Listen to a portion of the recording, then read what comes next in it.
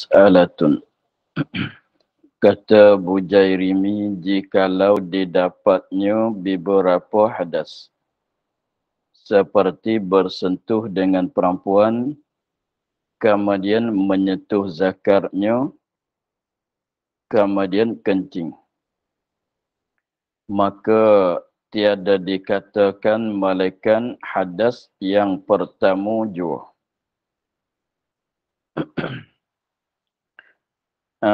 Mas'alatun, ini suatu masalah, kata oleh Bujairimi, jikalau didapatnya seorang beberapa hadas, beberapa sebab berhadas, beberapa hadas, yakni beberapa sebab berhadas, seperti bersentuh dengan perempuan. Jadi asal dianya dia ada wuduk. Asal dia ada wuduk. Kemudian dia bersentuh dengan kulit perempuan. Selepas tu pula dia bersentuh dengan zakarnya, kemaluannya. Kemudian pula dia kencing. Kemudian kencing. Jadi tiga perkara tu sebab yang membatalkan hadas. Maka tiada dikatakan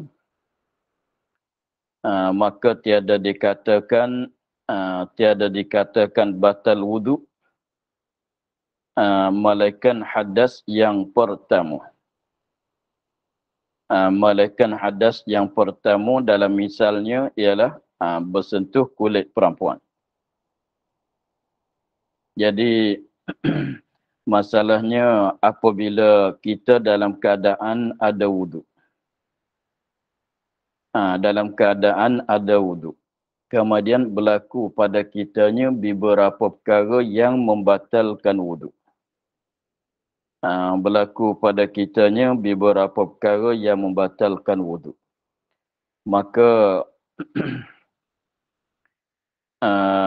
dengan sebab berlaku beberapa perkara yang membatalkan wuduk, maka dikatakan wuduk kita batal tu batal dengan yang pertama sahaja. Wuduk kita tu batal dengan berlaku sebab berhadas yang pertama. Dalam misalnya ialah bersentuh dengan perempuan. Kenapa kata begitu? Sebab apabila kita ada wuduk, apabila kita bersentuh dengan kulit perempuan, wuduk kita dah batal. Wuduk kita dah batal, jadi berhadas kita mulai di situ. Selepas pada tu kalau kita kencing, kita keluar angin, tak boleh kata batal wuduk lah. Tak boleh kata batal wuduk sebab wuduk kita dah tiada.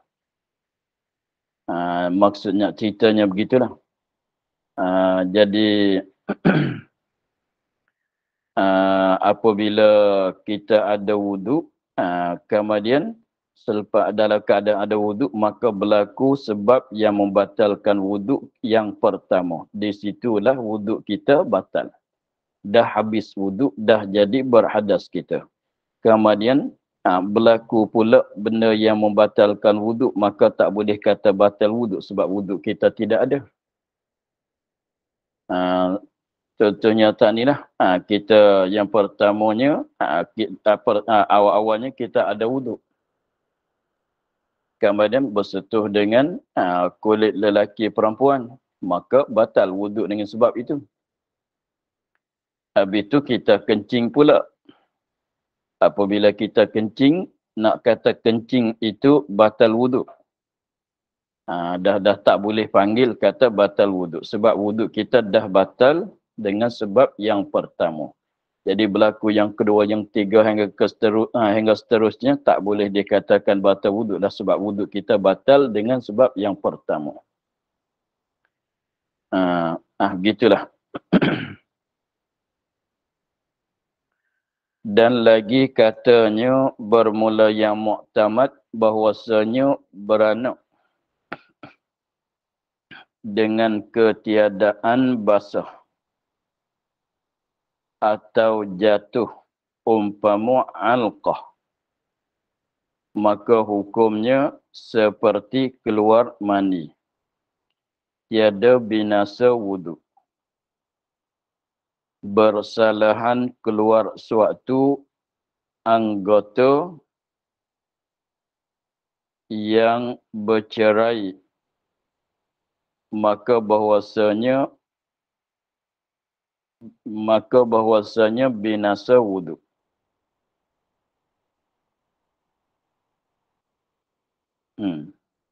Dan tiada wajib mandi.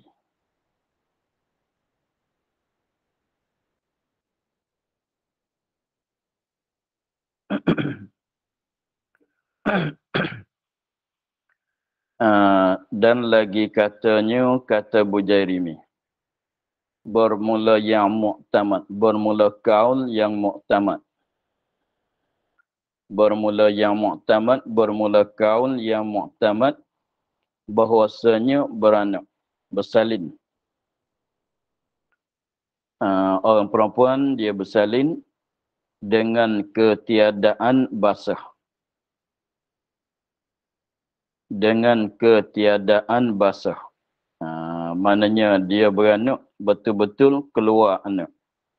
Tidak ada keluar benda yang basah bersama dengan anak. Tak keluar darah, tak keluar air. Yang basah tu tidak ada keluar. Semata-mata keluar anak saja. Dengan tidak basah. Biasanya orang nak bersalin tu belum pada nak keluar anak tu dah keluar benda yang basah. Setengah tu keluar darah, setengah tu keluar jenis-jenis airnya begitu. Tapi dia ni, dia bersalin, dia beranak kering. Dengan ketiadaan basah. Keluar anak betul-betulnya. Atau jatuh ni guguran. Atau jatuh ada berguguran umpama alaqah. Daging. Seketul daging.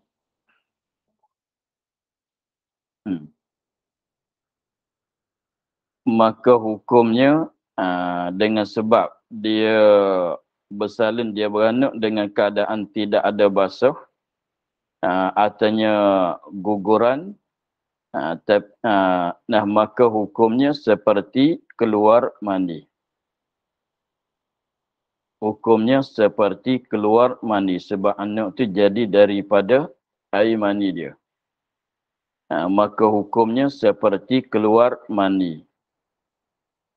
Keluar air mani. Apa maknanya? Seperti keluar mani, tiada binasa wuduknya, tak batal wuduk. Sekiranya ketika bersalin, ketika keluar anak dalam keadaan kering itu, dia ada wuduk. Wuduk dia tak batal. Wuduk dia tak batal, tapi wajib kena mandi. Tapi wajib kena mandi sebab kita maklum keluar mandi tidak batal wuduk, hanya mewajib akan mandi. Jadi seperti keluar mandi, apa maknanya? Tiada binasa wuduknya. Tiada binasa maknanya tidak batal wuduknya. Tapi wajib mandilah, tak boleh nak salat. Wajib mandi seperti hukum keluar air mani. Begitu.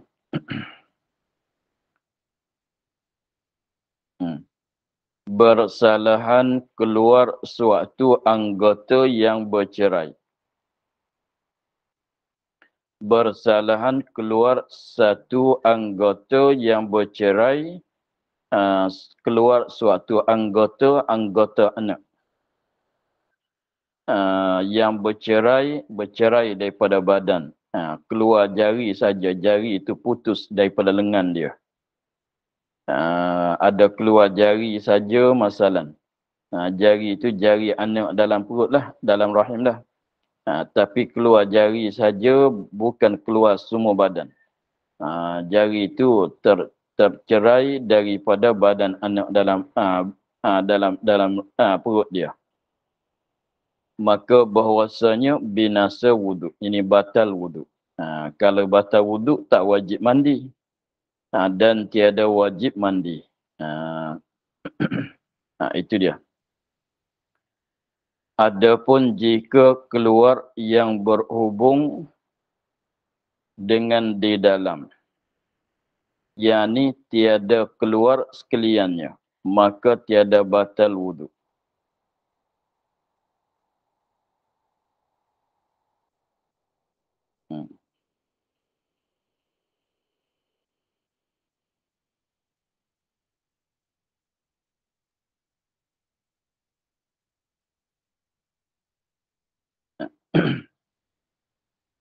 Adapun jika keluar yang berhubung dengan di dalam.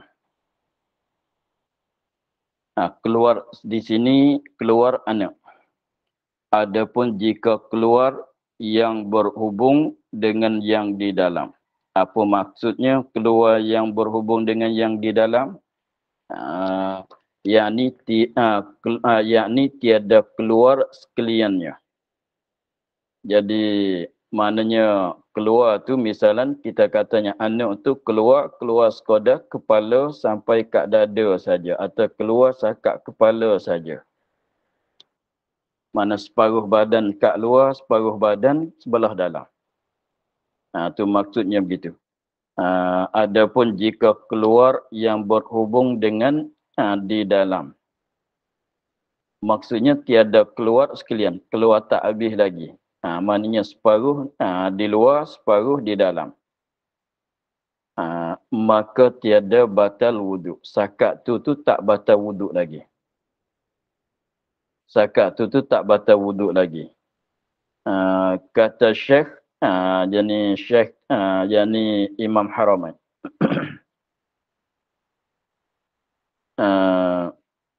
Dan apabila kami kata tiada binasa wuduk dengan keluar setengah anak serta tembuni yang tinggal di dalam tinggal di dalam. Tinggalnya tinggal di dalam. Jadi saat itu apabila di luar setengah dah keluar tapi tak lepas lagi. Setengah di luar, setengah di dalam. Lepas tu anak yang keluar setengah saat itu tali pusat dianya masih bersambung dengan tebuni itu di dalam, sebelah dalam rahim lagi. Adakah sah sembahyang dengan keadaan begitu? Adakah sah sembahyang ketika itu kerana tiada kami ketahui barangkali berhubung di dalam dengan najis atau tiada? Atau tiada sah. Jadi dia buat tanyanya, apabila anak tu keluar tapi keluar belum lepas lagi sebelah di luar separuh kepala sampai dada masalan ada kat luar. Perut kaki ada di dalam. Kemudian tali pusat dianya ada berhubung dengan tebuni itu duduk sebelah dalam. Maka sah ke tidak sembahyang dia? Kalau dia nak sembahyang tu sah ke tidak? Dengan sebab apa dia? Dengan sebab kita tak tahu katanya tebuni yang sebelah dalam tu ada berhubung dengan najis ke tak berhubung dengan najis. Maka dia buat rupa soalannya adakah sah sembahyangnya ketika itu, ketika keluar setengah tadi tu, kerana tiada kami ketahui, kerana kami tiada yakin barangkali berhubung di dalam, yang di dalam berhubung tebuni kaki dia yang sebelah dalam tu dengan najis. Atau tiada, ini tiada sah sembahyang. Seperti masalah telan tali. Masalah telan tali. Masalah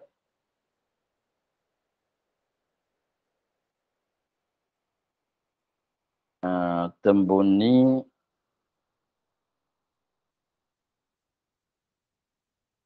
apa panggil sana? Sawana. Dia dia ada keluar sekali ngana tu dia sambung sekali dengan tali pusat. Dia kat pusat tu ada tali dia. Ada macam perut sambung dengan tubuh ni.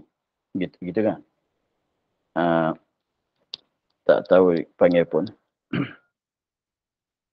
Ya, biasanya anak dia keluar sekali dengan tubuh ni. Dia apabila bersalin tu dia potong tali kat pusat. Itu terbunyi. Tak pasti. Tapi orang petani panggil terbunyi.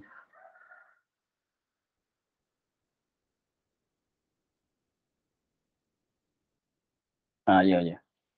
Selepas tu kita tanam. Puri ya.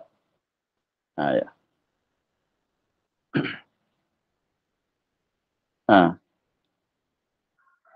Maka hukum dianya seperti masalah telan tali.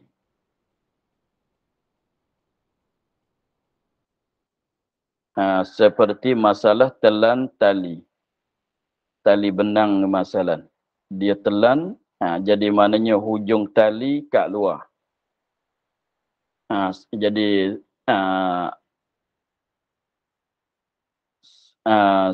satu tali itu, tali benang kemasalan, dia telan. Dia telan tu maknanya hujung tali sebelah dalam. Hujung tali sebelah lagi di luar mulut. Hujung tali dia telan, jadi hujung yang dia telan tu dalam maidah dalam perut lah. Kemudian hujung sebelah lagi pula di luar mulut. Tengok, jadi masalahnya seperti telankan tali. Tali benang masalah. Adalah padanya, ini jawab dia. Jawab soalan tadi adalah padanya itu nazar, kena tilik. Dan kata Syekh kami yang pertama iaitu muttajih. Iaitu yang pertama yang muttajih, yang nyata wajah tu ialah sah sembahyang dengan dia. Jadi masalahnya tadi itu sah sembahyang, yang nyata wajahnya sah. Jadi masalahnya sama dengan masalah apabila anak tu keluar separuh di sebelah luar, separuh laginya sebelah dalam. Kita katanya kepala dada dah di luar, perut kaki sebelah dalam. Serta uri atau tebuni tadi tu sebelah dalam juga. Maka masalahnya semacam sama dengan masalah orang yang telan tali tapi telan tak lepas. Hujung sebelah satu hujung talinya di dalam perut. Bersentuh dengan najis di sana. Bersentuh tak bersentuh kami tak yakin. Tapi hujung sebelah laginya kat luar mulut. Maka mengikut yang nyata wajahnya ialah sah sembahyang dengan dia. Dengan anak yang keluar separuh tadi atau dengan keadaan tali yang dia telan, separuh tali yang sebelah dalam, separuh tali di luar. Di luar mulut. Sebab kita tak yakin katanya sebelah dalam tu ada berhubung dengan najis, ada bersambung, ada bersentuh dengan najis ke tidak. Kalau yakin, memanglah batal wuduk. Tapi kita tak yakin katanya sebelah dalam tu bukan batal wuduk. Kalau kita yakin kata bersentuh dengan najis, memanglah tidak sah sembahyang. Sebab kita sembahyang dengan keadaan menanggung najis, menanggungkan benda yang bersentuh dengan najis. Tapi di sini dengan sebab tidak yakin. Begitu.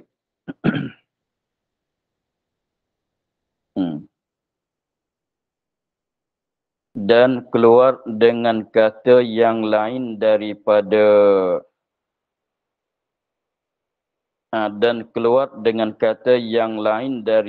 maninya yang wajib mandi.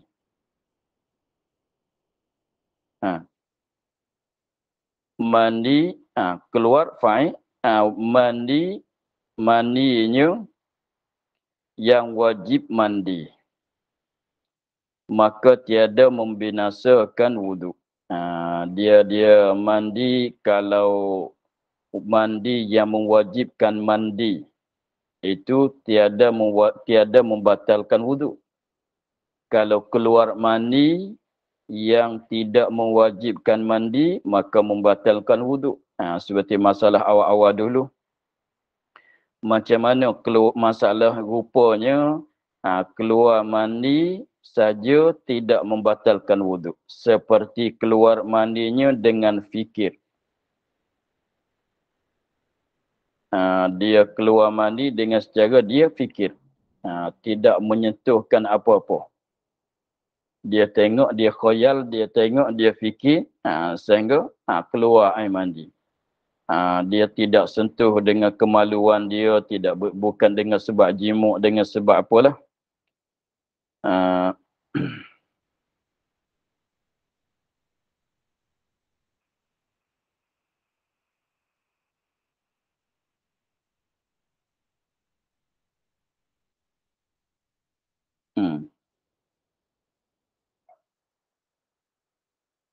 Tu masalah katanya keluar mandi yang tidak membatalkan wuduk. Hanya wajib akan mandi saja. Dia katanya seperti keluar mandi dengan fikir. Atau wati ia mahramnya.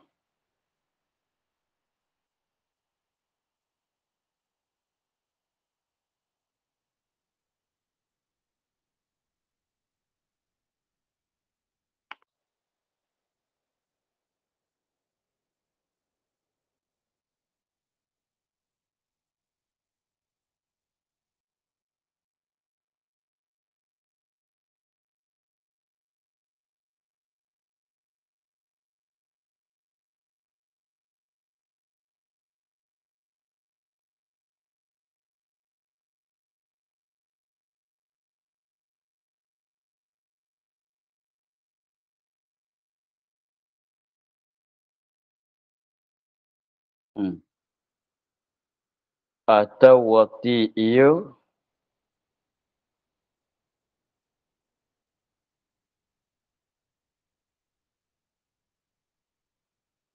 apa bacaan?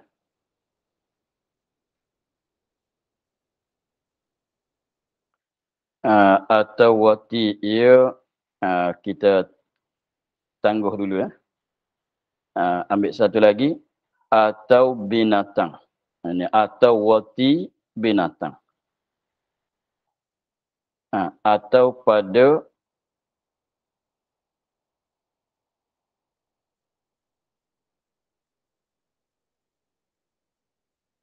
kepada juga ni.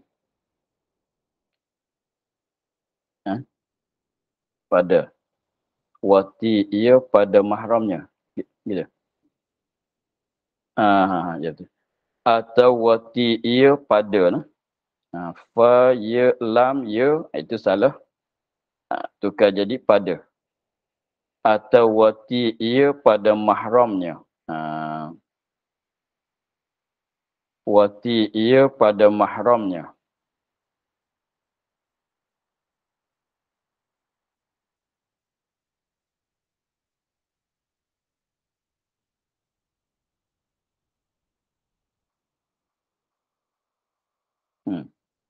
Atau wati ia pada mahramnya. Haram lah.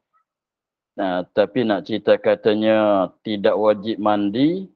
Tidak batal wuduk sebab dia sentuh mahram dia. Sebab dia sentuh mahram dia. Ini kita nak cerita katanya masalah keluar mandi, wajib mandi, tidak batal wuduk. Macam mana rupa dia? Macam mana rupanya? Satu rupanya, dia fikir-fikir, dia khoyal-khoyal kepada masalah itulah. Masalah laki perempuan itulah. Dia fikir-fikir, dia khoyal-khoyal sehingga keluar mandi dengan tidak sentuh apa-apa kemaluan ke perempuan ke tidak. Maka jadi wajib mandi, tidak batal wuduk. Atau wati ia pada mahramnya. Dia sentuh mahram tak batal wuduk. tapi keluar mandi. Selepas pada dia wati keluar mandi, maka wajib mandi, tidak batal wudu. Ini zina lah, haram. Atau pada binatang, dia wati akan binatang. Memasuk kemaluan dia ke dalam kemaluan binatang. Maka sentuh binatang tak batal wudu kan. Walaupun yang binatang sekalipun, tempat kencing tempat itu binatang sekalipun tak batal wudu. Atau pada dubur lelaki, ini haram kesemualah, tapi nak cerita katanya tidak batal wudu, hanya keluar mandi, wajib mandi. Begitu. Atau dibalut akan zakarnya, dia main-main zakar dia tapi dia balut, tidak bersentuh zakar. Maka balut dengan umpama perca kain, hujung-hujung kain masalah. Atau diwatinya akan orang yang tiada membinasakan wudu. Atau diwatinya akan orang yang tiada membinasakan wudu.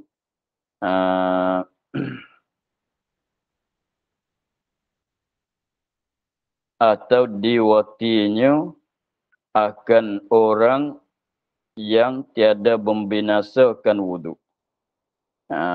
Tidak membinasakan wudu tetapi dia keluar air mandi.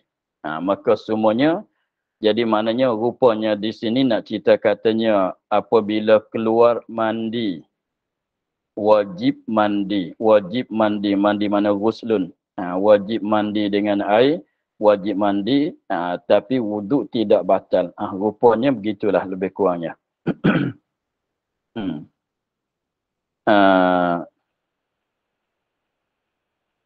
Kerana bahawasanya diwajib yang terlebih besar daripada dua pekerjaan. Jadi sebab apakah jadi maknanya apabila keluar mandi dengan cara begitu tadi tu jadi wajib mandi tapi wuduk tidak batal. Sebab apa? Kerana bahawasanya mani diwajibkan terlebih besar. Ini diwajibkan yang terlebih besar daripada dua pekerjaan, dua perkara. Jadi dua perkara mana dia? Mandi dan wudu. Dua pekerjaan ialah mandi dan wudu. Dua pekerjaan ialah mandi dan wudu. Itu dua pekerjaan. Maka keluar air mandi tadi itu dia mewajib akan yang terlebih besar. Apa dia yang terlebih besar? Iaitu mandi. Apabila dia mewajibkan mandi, jadi wudu tidak mewajib. Jadi maknanya dia dah ambil dan yang besar, maknanya yang kecil dah masuk di dalam itu. Sebab kita ni kalau kita mandi junub sana itu pada maknanya kita dah ambil wuduk. Sebab kita mandi junub, kita basuh muka, basuh tangan, sapu kepala, ada basuh kaki juga. Jadi maknanya keluar mandi itu dia mewajib akan mandi. Apabila dia tu mewajibkan mandi, maknanya dia mewajib akan benda yang besar. Benda yang besar, maka yang kecil ialah wuduk tu masuk dalam perbuatan yang besar. Begitu. Iaitu yang terlebih besar, mandi. Dengan tertentu keluarnya, iaitu mandi. Dengan tertentu keluarnya, iaitu yang keluar tu mandi. Maka tiada wajib yang terlebih kurang daripada keduanya dua pekerjaan. Jadi maknanya apabila keluar mandi itu dia mewajibkan yang lebih besar, maka tidak mewajib akan yang kecil. Yang lebih kurang tu yang kecil lah, ialah wuduk. Iaitu yang lebih kurang, mana yang lebih kecil. Lebih kurang yang lebih kecil daripada 2 pijak, iaitu yang lebih kurang, lebih kecil tu wuduk. Dengan umum keluarnya. Dengan umum keluarnya, keluar mandi.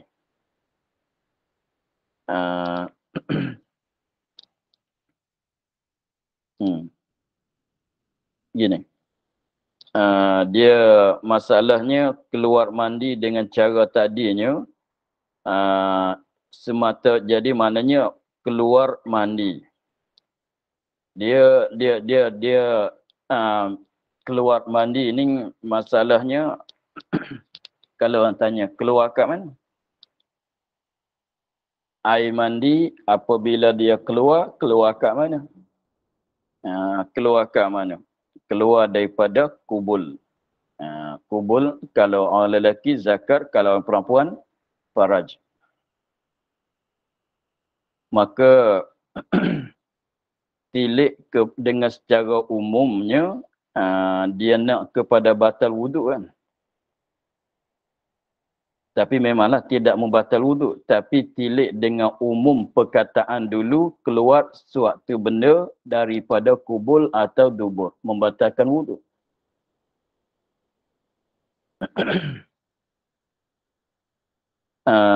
Ini bahasan dia. Jadi begini. Dia ada umum, ada tilik kepada umum dengan tilik kepada tentu. Jadi keluar air mandi ada 2 pertilikan. Keluar air mandi ada 2 pertilikan. Ada 2 sudut pada masalah keluar mandi. Ada 2 sudut. Sudut tertentu, tu dengan tadi dia kata iaitu mandi dengan tertentu keluarnya keluar mandi. Iaitu yang keluar tu mandi. Kemudian di sini dia katanya baris yang kedua tu dia kata dengan umum keluarnya keluar mandi. Jadi keluar air mandi ini ada 2 pertilikan, ada 2 sudut. Satu sudutnya tilik pada benda yang keluar itu ialah mani, air mani. Satu sudut. Tentu. Apa benda yang keluar? Mandi. Satu situ.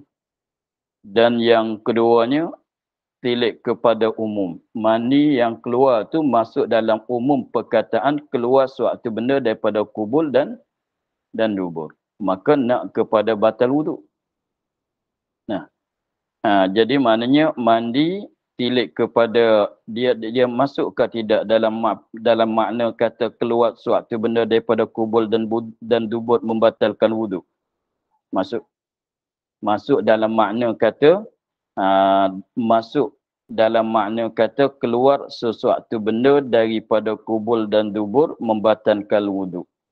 Masuk dalam makna perkataan itu sebab perkataan itu umum. Dan juga kita tilik kepada yang keluar itu adalah mandi bukan lain. Tentu air mandi yang keluar. Maka 2 tilik di situ.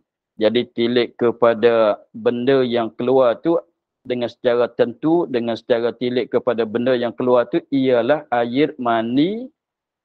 Maka mewajibkan ghuslun, mewajibkan mandi. Tilik di situ. Dan tilik kepada keluar suatu. Sebab tanya, air mandi dia keluar kat mana? Kat kubul, kat zakat, kat faraj. Maka tilik pada umum kataan yang dulu mana nak kepada batal wuduk. Jadi maknanya gini, belum pada kita nak buat keputusan. Ini kajian lah. Ini kajian. Belum pada ulama fiqh nak buat keputusan katanya, keluar mandi betul-betul tadi itu mewajibkan mandi, tidak membatalkan wuduk. Dengan sebab apa dia? Dengan sebab keluar mandi ini dia mewajibkan yang lebih besar. Jadi kalau kita kira ni keluar mandi itu dia membatalkan wuduk jugalah. Jadi maknanya apabila keluar mandi, kena ambil wuduk juga, kena mandi lagi kalau kita tilik. Sebab kalau kita tilik kepada umum perkataan dulu, apabila keluar suatu benda daripada kubul dan dubur, hukumnya batal wuduk. Kena ambil wuduk nak solat. Dan tilik kepada yang keluar itu adalah mani, air mandi, maka mewajibkan mandi. Jadi dua kan? Dua. Jadi asalnya nak kepada apa dia? Wajib mandi, wajib ambil wuduk. Wajib mandi, wajib ambil wuduk. Nah, dengan secara umumnya apabila keluar suatu benda daripada kubul dan dubur membatalkan wuduk, wajib kena ambil wuduk seperti air kencing. Maka kalau kita tilik dengan secara umum, air mani dengan air kencing sama kan? Sama. Keluar kat kubul ke semua. Kencing membatalkan wuduk. Mandi pun kalau kira nak batal wuduk juga. Tilik kepada umumnya begitu. Dan satu tilikkan lagi, benda yang keluar tentu kepada mandi. Mewajibkan mandi. Apabila mewajibkan mandi, dia mandi ni lebih besar daripada wuduk. Jadi maknanya, jadi asalnya keluar mandi nak kepada mandi. Satu nak kepada wuduk. Asalnya. Asalnya keluar mandi nak kepada mandi, mewajibkan mandi, dan keluar mandi juga mewajibkan ambil wuduk. Kenapa boleh kata mewajibkan wuduk juga? Sebab keluar masuk dalam umum kata keluar suatu benda daripada kubul dan dubur. Tetapi dengan sebab mandi ini dah mewajibkan mandi, mewajibkan benda yang lebih besar, maka yang kecil tak payah dibuat. Lalu tu keputusan katanya sekarang katanya keluar mandi, wajib mandi, tidak mewajibkan ambil wuduk. Boleh, maknanya kalau dia keluar mandi saja dengan cara begitu tadinya, dia mandi, dia tak ambil wuduk pun dah sah sembahyang dia. Begitu. Tapi kalau dia jimuk isteri, suami isteri bersetubuh, dia batal wuduk dengan sebab bersentuh kulit lelaki perempuan. Dan wajib mandi dengan sebab jimuk belum keluar mandi. Begitu. Maka banding misalnya seperti zina muhsan. Seperti berzina orang muhsan. Orang yang dalam keadaan pernah berkahwin. Hanya diwajibkan seperti zina muhsan. Dia had zinanya kalau orang tidak sah, orang tidak muhsan, maknanya orang tidak pernah merasai jima' dalam kahwinan yang sah. Orang yang tak pernah rasai, orang yang tidak muhsan, mana orang yang tidak merasai kelazatan jima' dalam perkahwinan yang sah, maka panggil orang yang tidak muhsan. Kalau zina diperdagangkan dia. Dipukul, dirotankan dan diperdagangkan dia. Tetapi kalau orang yang muhsan, apabila dia berzina, mana orang muhsan dia pernah merasai kelazatan bersetubuh dalam kahwinan yang sah, maka kalau berzina, maka direjam, dilontarkan dengan batu sehingga mati. Maka orang berzina muhsan itu tak payah diperdagangkan dia, sebab direjam sehingga mati itu lebih besar daripada perdagang. Begitu. Jadi mana zina muhsan mewajibkan yang lebih besar daripada dua pekerjaan. Ialah pekerjaan rejam dan pekerjaan perdagang. Maka memada dengan direjam, tidak payah perdagangkan dia. Begitu.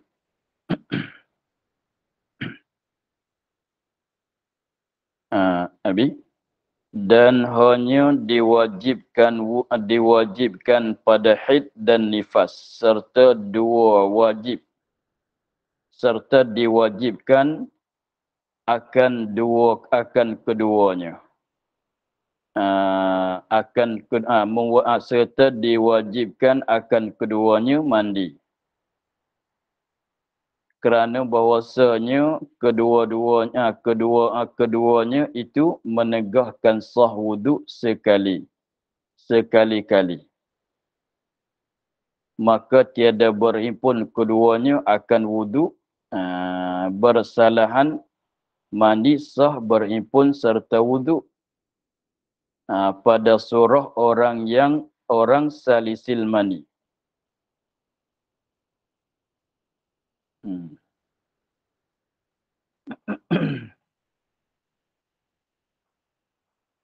Panjang pula.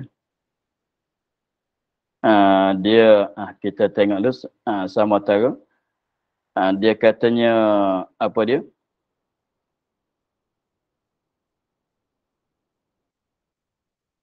Dan hanya mewajibkan pada haid dan nifas. Serta diwajibkan keduanya. Mandi. Jadi masalahnya kalau mandi maniyun yang tadinya seperti keluar mandi dengan secara berfikir tadi, dia mewajibkan mandi sahaja, tidak membatalkan wuduk, kan? Begitu. Adapun masalah keluar haid dan nifas, ini mewajibkan kedua-dua. Tengok dia katanya dan hanya mewajibkan, mewajibkan wuduk pada haid, pada masalah keluar haid dan nifas, serta diwajibkan keduanya akan tu tak nak, serta diwajibkan keduanya haid dan nifas mandi.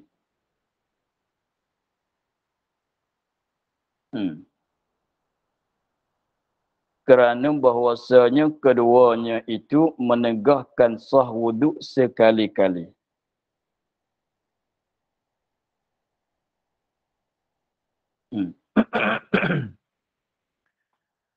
Jadi masalah apabila keluar haid, datang haid dan nifas. Masalah datang haid dan nifas mewajibkan dua perkara. Tak sama dengan mandi tadi. Mewajibkan dua perkara. Apa dia dua perkara? Iaitu wuduk dan mandi. Mewajibkan dua perkara. Jadi masalahnya kalau mandi tak ambil wuduk tidak sah solat. Tapi nanti tengok dulu. Mandi tidak ambil wuduk macam mana. Selepas begitu. Jadi maknanya haid dan nifas dia mewajibkan dua perkara, tak sama dengan mandi tadi. Jadi maknanya apabila apabila seorang perempuan itu ada wuduk. Apabila seorang perempuan tu ada wuduk, tiba-tibanya datang haid, datang nifas. Apabila datang haid dan nifas, mewajibkan dia kena datang keluar darah haid itu membatalkan wuduk, lagi pulanya mewajibkan mandi. Sebab alasan dianya haid dan wuduk tak boleh beri pun keduanya. Tak boleh beri pun keduanya. Ada datang haid tidak sah wuduk.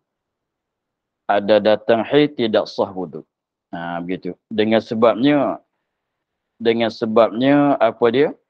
Tidak sah wuduk selama mana dalam keadaan datang darah haid. Begitu. Itulah lebih kurangnya. Nanti kita tengok lebih lanjut lagi besok hari. Katanya untuk hari ini kita akhir di situ dulu. Dan hanya diwajib pada haid dan nifas serta diwajibkan keduanya mandi.